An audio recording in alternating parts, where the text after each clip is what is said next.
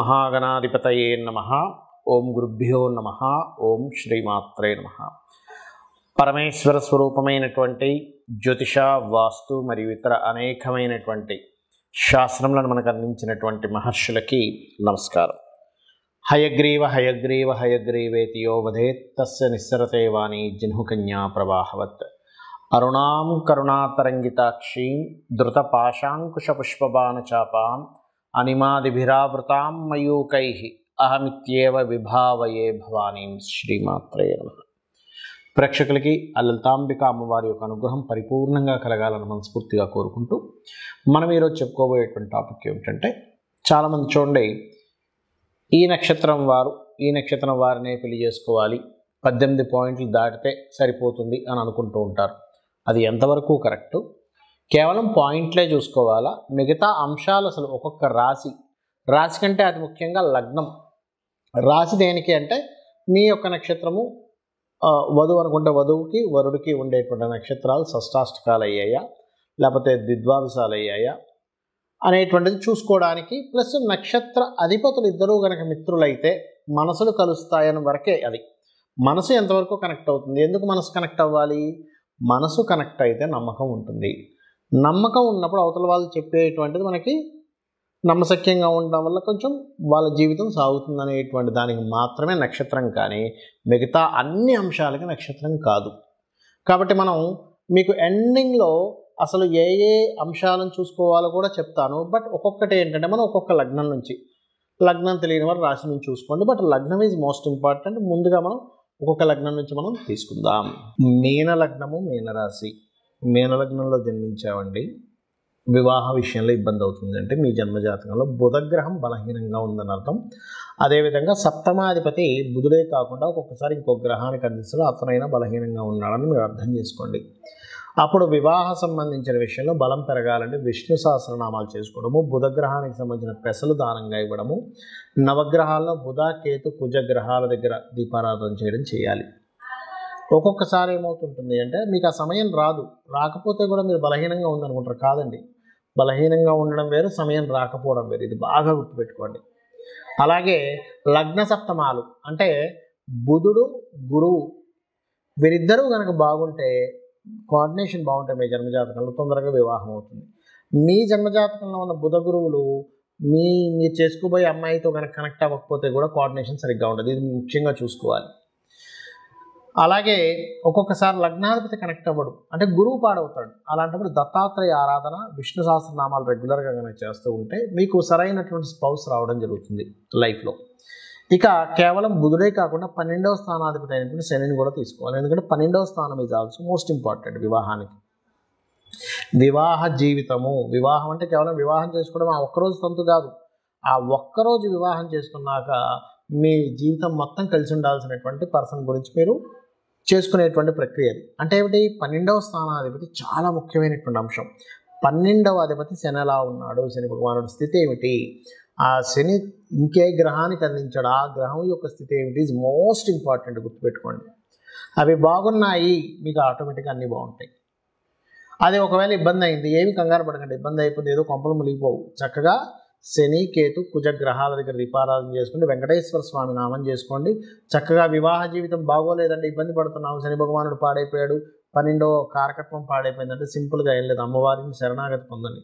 అమ్మ, నేను నీ పాదాలు పట్టుకుంటున్నాను, నేను వేడుకుంటున్నాను, నేను ధర్మంగా ఉంటా, నా జీవితం బాగు చేయి, నా వివాహ జీవితం బాగు చేయి అనుకొని చక్కగా శివకామేశ్వరంకస్త శివ స్వాధీనం వల్లభాయే నమః చేసుకుని రోజు 40 నిమిషాలు. ఇంక మీరు కొన్ని రోజులు చేసి కొన్ని రోజులు ఆపేస్తే మనం ఏం చేయలేము దాన్ని. ఎందుకంటే ఎప్పుడు కూడా కంటిన్యూస్గా చేయాలి. అప్పుడే మీకు వివాహం జీవితం బాగుంటుంది, బాగుపడుతుంది కూడా. అలాగే కుటుంబాధిపతి కుజుడు ఎలా ఉన్నాడో తీసుకోవాలి. ఎందుకంటే కుజుడు ఇక్కడ కుటుంబ స్థానాన్ని రూల్ చేస్తుంటాడు. కుటుంబ స్థానం పాడైంది అనుకోండి, మీ కుటుంబానికి వాళ్ళ కుటుంబానికి సఖ్యత లేకపోవడం, మీరు కుటుంబంతో సరిగా కలిసి లేకపోవడం, వివాహం చేసుకుని ఇలాంటివి జరుగుతూ ఉంటాయి. అలాగే సంతాన కారకుడు చంద్రుడు ఎలా ఉన్నాడో తీసుకోవాలి. అంటే ఇద్దరి చంద్రుల్లో కనెక్ట్ ఎలా ఉన్నది, లేదా పంచమాధిపతి పంచమాన్ని ఇచ్చే గ్రహం ఎలా ఉందనేది ముఖ్యంగా తీసుకోవాలి. ఇక్కడ ఏమిటంటే, ఈ గ్రహాలు కనెక్ట్ అయ్యాయా ఇంకా ఇబ్బంది ఉండదు. గుర్తుపెట్టుకోండి. లేదండి అవ్వలేదండి, సింపుల్గా ఏం లేదు, వివాహం అవ్వట్లేదు అంటే బుధ, శుక్ర, కేతు, కుజ గ్రహాల దగ్గర దీపారాధన చేయండి. వివాహం అయ్యి కూడా ఇబ్బంది అవుతుంది అంటే శని, కేతు, కుజ రాహుగ్రహాల దగ్గర దీపారాధన చేయండి. ఇందాక నేను చెప్పినటువంటిది మంత్రం చేసుకోండి. వివాహం అవ్వట్లేదండి ఎంతైనా అనుకుంటే ఓం కామేశబద్ధ మాంగళ్య సూత్ర శోభిత కందరాయై నమః అని మనస్ఫూర్తిగా భక్తిగా ప్రేమగా అమ్మవారి పాదాలు పట్టుకొని అమ్మవారిని స్మరించండి, ఖచ్చితంగా వివాహం అయితే తీరుతుంది. అయితే ఇక్కడ నేను ఆఖరిలో ఇంకేమేమి చూసుకోవాలో చెప్తానన్నాను కదా. మొట్టమొదటి మీరు గుర్తుపెట్టుకోండి, ఎప్పుడు కూడా చంద్ర నక్షత్రాధిపతులు మిత్రులు అవ్వాలి. చంద్ర నక్షత్రాధిపతులు మిత్రులు అయ్యేలా చూసుకోండి. కేవలం 18 పాయింట్లు మాత్రమే కాదు, ఇది బాగా అర్థం చేసుకోండి. ఇక రెండవది ఏమిటి అంటే ఆత్మకారకుడు అంటారు, సోల్ అంటుంటారు సార్, సోల్మేట్స్ అంటూ ఉంటారు. అంటే ఏమిటి, ఎవరండి ఈ సోల్మేట్ ఎవరు అంటే, ఒకటి మీ యొక్క లగ్నాధిపతి మరియు మీ యొక్క రవి సూర్య భగవానుడు మీ జన్మజాతకంలో ఎక్కడున్నాడు, మీకు వచ్చేటువంటి జీవిత భాగస్వామి జాతకంలో ఎక్కడున్నాడు. ఈ సోల్ కారకులు కనుక కేంద్రాల్లో కానీ కోణాల్లో కానీ ఉంటే, కేంద్ర కోణాలు అంటే ఏమిటి 159లో కానీ 1417లో కానీ కనెక్ట్ అయితే మీకు సోల్స్ కనెక్ట్ అవుతాయి. ఇంకా బాగా కనెక్టివిటీ అంటే ఉన్న నక్షత్రాలు ఇంకా బాగా కలిస్తే ఇంకా బాగా కనెక్టివిటీ అనేటువంటిది ఏర్పడుతుంది. రైట్. ఇక ముఖ్యంగా దీంతో పాటు ఆకర్షణాకారకులు అంటారు. అంటే ఆకర్షణ ఇచ్చేది ఎవరు, ఎవరికైనా సరే చూడండి జన్మజాతకంలో వాళ్ళు దాని పట్ల ఆకర్షణ పడుతున్నారంటే శుక్రకుజుల యొక్క సంబంధం. అంటే మీ యొక్క జాతకంలో మీ యొక్క జీవిత భాగస్వామి చేసుకోబోయే అమ్మాయి యొక్క జాతకంలో శుక్రుడు కుజుడు ఎక్కడున్నాడో చూసుకోండి. అంటే ఏమిటి, మీ శుక్రుడికి ఆ అమ్మాయి కుజుడికి, ఆ అమ్మాయి కుజుడికి మీ శుక్రుడికి. శుక్రకుజులు ఏంటంటే ఆకర్షణ ఇచ్చేవారు, ఒకరి పట్ల ఒకరికి ఆకర్షణ అనమాట. అంటే ఆకర్షణ ఉంటే ఎలా ఉంటుందంటే, ఒక చీర బయట కనబడింది, అబ్బాయి వెళ్తున్నాడు అనుకోండి, అబ్బాయి ఈ చీర మా జీవిత భాగస్వామికి అయితే బాగుంటుందో నా అబ్బాయికి థాట్ వస్తుంది. అదేవిధంగా అమ్మాయి ఆఫీస్కి వెళ్తుంది, ఒక చొక్కా చూసింది, మా వారికి అయితే ఈ చొక్కా బాగుంటుందని థాట్ వస్తుంది ఆ అమ్మాయికి. అలాగే అదనే కాదు, ఒక కూర, ఇది మా వారికి బాగా ఇష్టం కదా, ఈ కూర వింటూ నేను ఆనందింపజేసేలా చేస్తాను. అంటే ఏంటి, శుక్రకుజులు కనెక్ట్ అయితే ఏమవుతుందంటే అవతల వాళ్ళు ఆనందించడానికి నవ్వడానికి అంటే హ్యాపీగా ఉండడానికి నేనేం చేయాలనే తపన పెరుగుతూ ఉంటుంది. దాని ఆకర్షణ ఉంటేనే జరుగుతుంది. అది మనసులు కలిస్తే ఏమో నమ్మకం పెరుగుతుంది, ఇదేమో ఇది. అలాగే ఆత్మకారకుడు కనెక్ట్ అయితేనేమో సోల్ కనెక్టివిటీస్ అంటారు. దానివల్ల ఒకరికొకరు ఆత్మకారకులు కలిస్తే ఒకరికొకరు కించపరుచుకోవడం అనేటువంటిది ఉండదు. అది. ఇక 4వ పాయింట్ ఏమిటి అని చెప్పి చూసుకున్నట్లయితే బుధుడు చూసుకోవాలి. అంటే ఏంటి, బుద్ధికారకుడు, వాక్కుకారకుడు, కమ్యూనికేషన్స్ కారకుడు అయిన బుధుడు ఎక్కడున్నాడు. ఇద్దరి జన్మజాతక చక్రాల్లో కేంద్రాల్లో కోణాల్లో కనెక్టివిటీ అయ్యిందా బుధుడు, వీళ్ళిద్దరి మధ్య ఏమవుతుంది అంటే, ఇక్కడ ఏంటంటే ఇండివిజువల్గా బుధుడు ఎలా ఉన్నాడో చూసుకోవాలి, కనెక్ట్ అయిందో లేదో కూడా చూసుకోవాలి. ఇండివిజువల్గా గ్రహం ఎలా ఉందో చూసుకోవాలి, కనెక్ట్ అయిందో లేదో చూసుకోవాలి. ఇది చాలా ముఖ్యమైనటువంటి అంశం. ఇండివిజువల్గా ఎలా ఉంది బుధుడు బాగుంటే వీళ్ళకి వాక్కు బాగుంటుంది, అంటే ఇష్టం వచ్చినట్టుగా మాట్లాడరు, కమ్యూనికేషన్ కరెక్ట్గా చేస్తారు. ఇప్పుడు ఇద్దరు వివాహం పెళ్లి చేసుకున్నారు, వాళ్ళిద్దరి మధ్యన బుధుడు బాగున్నాడు అనుకోండి, వాళ్ళిద్దరి మధ్యన కమ్యూనికేషన్స్ అంటే ఒకళ్ళు చెప్పేది ఒకళ్ళు వింటారు. కొన్నిసార్లు కొంతమంది జాతకాల్లో బుధుడు విపరీతంగా నీచ స్థానంలోకి వెళ్ళిపోయి కుజుడితో కనెక్ట్ అయిపోతున్నప్పుడు ఏమవుతుందంటే వాదిస్తూ ఉంటారు, అర్థం కాదయ్య బాబు ఏమిటి వాదన అనిపిస్తూ ఉంటుంది. కాబట్టి బుధుడు చూసుకోవాలి.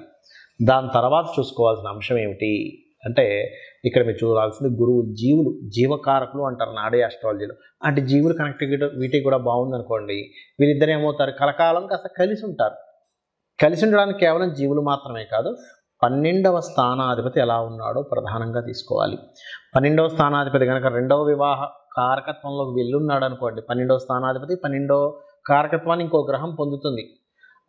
పరాశర మహర్షి మనకు చెప్పిన శ్లోకంలో ఆత్మ సంబంధినో ఏచ ఏ నిజసధార్మిణ దశాంతర్దశాశ్వేవ దిశంతి స్వదశాఫలం.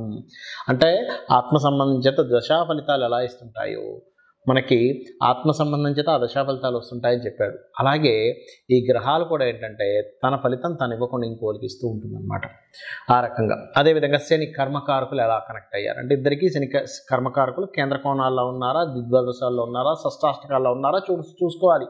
కేవలం చంద్రుడు ఒకటే కాదు, ఇవి కూడా చూసుకోవాలి. అలాగే రాహువు కేతువు అంటే కాలానికి మోక్షానికి కారకులు. అంటే కాలంలో వీళ్ళ యొక్క ప్రయాణం ఎలా జరుగుతుంది, రాహు ఈ మోక్ష సంబంధంగా వీళ్ళిద్దరు ఒకరికొకరు తోడ్పడడం వల్ల ఒకరికొకరు ఎలా అంటే, ఇప్పుడు చూడండి మోక్ష సంబంధంగా అంటే ఏంటి, స్పిరిచువల్ రిలేటెడ్ సంబంధించిన విషయాల్లో వీళ్ళిద్దరికి ఎంతవరకు కనెక్ట్ అవుతుంది. అది ఇండివిజువల్గా స్పిరిచువాలిటీ ఉండే యోగం ఉంటుంది, ఇద్దరికి కనెక్ట్ అయ్యేది ఉంటుంది. అందుకే చూడండి కొంతమంది ఇళ్లలో ఆ భార్య పూజ చేసుకుంటా అంటే విష్ణు సహస్రనామాలో, లలిత సహస్రనామాలో, లేకపోతే ఏదైనా ఒక చిన్న పూజ చేసుకుంటా అంటే భర్త ఒప్పుకోడు కొన్నిసార్లు, లేదా భర్త చేసుకుంటా అంటే భార్య ఒప్పుకోదు. ఎందుకు అంటే వాళ్ళిద్దరి మధ్య స్పిరిచువల్ రిలేటెడ్ సంబంధించిన కనెక్టివిటీ సరిగా లేదు. అలాగే మరొక విషయం ఏంటంటే ఇక్కడ ప్రధానంగా మీరు తీసుకోవాల్సింది అబ్బాయి యొక్క లగ్నంగా అమ్మాయి యొక్క లగ్నంగా తీసుకునేటప్పుడు ఈ వీళ్ళు ఎలా ఉన్నారు, వీళ్ళని తట్టుకునే శక్తి ఈ జాతకానికి ఉందా లేదా. అలాగే నవాంశ చక్రాలు కూడా తీసుకోవాలి. ఈ రకంగా చూడాలి. కానీ కేవలం చంద్ర నక్షత్రాలు తీసేసుకొని పాయింట్స్ కలిసేయ లేదా అని చెప్పి ఉట్టి పాయింట్స్ చూసేసుకొని కలిసిపోయిందని 18 పాయింట్ల పైన కలిసిందని చేసేసారంటే వాళ్ళిద్దరూ కలిసి ఉండడం చాలా కష్టం, చాలా అంటే చాలా ఇబ్బంది పడుతూ వాళ్ళ జీవితం వెళ్తూ ఉంటుంది. కాబట్టి ఈ యొక్క విషయాలు మీకు మీరుగా తెలుసుకోవడం నేను చెప్పాను, ఇదంతా కూడా చాలా సింపుల్గా మీకు మీరుగా తెలిసేసుకోవచ్చు చెప్పాను. కాబట్టి ఈ అంశాలు చూసుకుంటూ మీరు మీ యొక్క జీవితాన్ని ఆనందమయం చేసుకోవాలని కోరుకుంటూ శ్రీమాత్రే నమః.